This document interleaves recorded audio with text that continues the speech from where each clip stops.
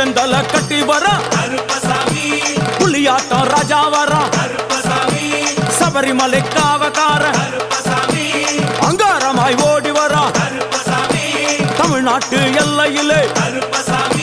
தாண்டி தாண்டி வரானையா செங்கோட்டை கருப்பம் வர தெங்காசி சுடல வர ஆம்பூர் சுடல வர சாத்துனூர் புதத்தான் வர அங்காரமாய் வரானையா அவேசமாய் வராரையா